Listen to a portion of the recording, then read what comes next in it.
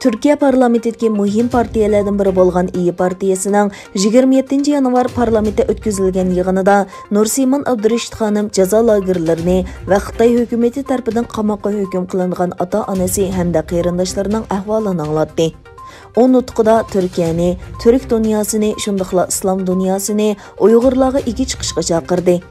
Nursimon Abdurashid xonim İYİ partiyasi parlament a'zolarining olqish sadolari ichida sahnaga chiqdi. Nursimon xonim ko'z yoshi to'kkan holda munolarni dedi.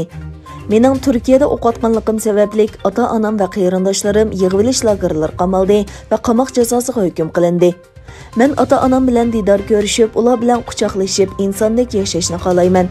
İnsoniyatdan, Türk dunyosidan va musulmon dunyosidan umid kutish bilan 4 yil o'tdi.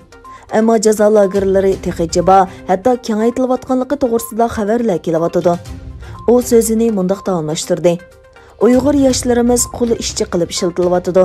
Qizlarimiz Xitoylar bilan to'y qilishga majburlanib, bosqinchilik uchrayotdi. Ota-onasidan ayrilib qolgan bolalarni lager maktablarga solib, ularni tili va dinidan ayirib xitoylashtirmoqda. U so'zining oxirida Xitoyning Uyg'urlarga ilib berayotgan siyosatining irqiy qirg'inchilikka aylanganligini bayon qilib mundaq dedi. Endi dunyo nimani saqlayotdi? U yerdagi millionlarcha kishining o'lishinimi? Sizlarning sukuti turishinglar Uyg'urlarning yo'q bo'lishiga sabab bo'ladigan bo'lsa, men kishilik huquqning borligiga, turklarning musulmonlarning qarindosh ekanligiga qanday ishonaman? Vijdonli kishilar qilishga tegishli ishlarni baldo'roq qilishni talab qilaman. Bu zulmga hammalarning birlikda to'xta deyishini talab qilaman.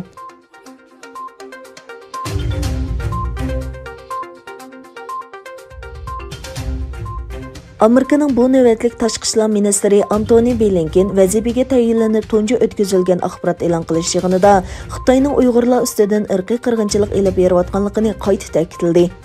Amerikaning sobiq tashqi ishlar ministri Mike Pompeo 19 yanvar bayonot e'lon qilib, Xitoyning Uyg'urlarga qarshi irqiy qirg'inchilik va insoniyatga qarshi jinoyat sodir qilayotganligini jakarlagan edi.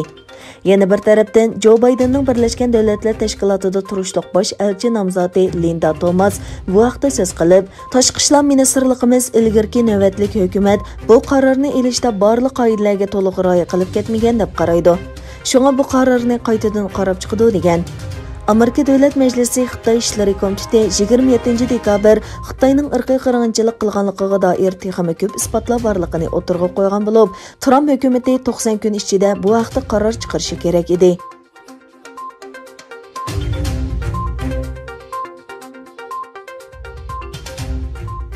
Amerika Wuhan virusining Xitoyda paydo bo'lishini cho'nqir tekshirish kerakligini o'tirib qo'ydi. Oqsaroy bayonotchi Pisaki mundaq dedi. Biz Xitoydagi ba'zi manbalardan yolg'on uchurlarning tarqalayotganligini ko'rdik. Biz buningdan andish qilyapmiz. Oqsaroy bayonotchisi Jen Psaki Joe Biden hukumatining Xitoy siyosati haqida savollarga javob berdi. Psaki Amerikaning o'zining istixborotiga asosan ba'zi uchurlarga erishadiganligini va o'zlarining bu tekshirishlarda ittifoqdoshlari bilan hamkorlashadiganligini aytdi.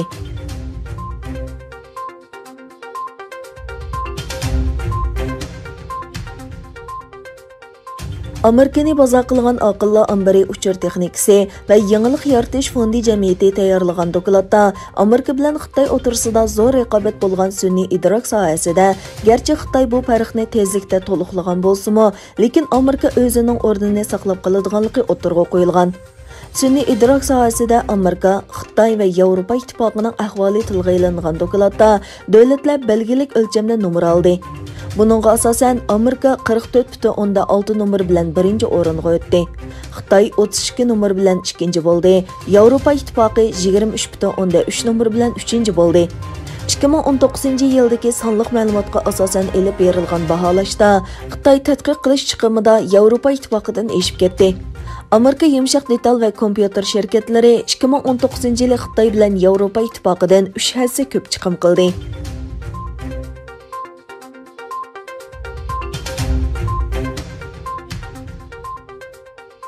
Biden bilan Putin tunji qatim telefonda ko'rishdi.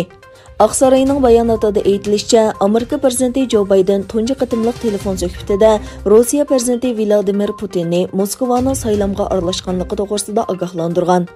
Bayonotga qaraganda ikki rahbarning uchrashishida Rossiyadagi o'qituvchilar namoyishi va Amerika bilan Rossiya o'rtasidagi yadro qurollari kelishimining uzartilishi muzokara qilingan.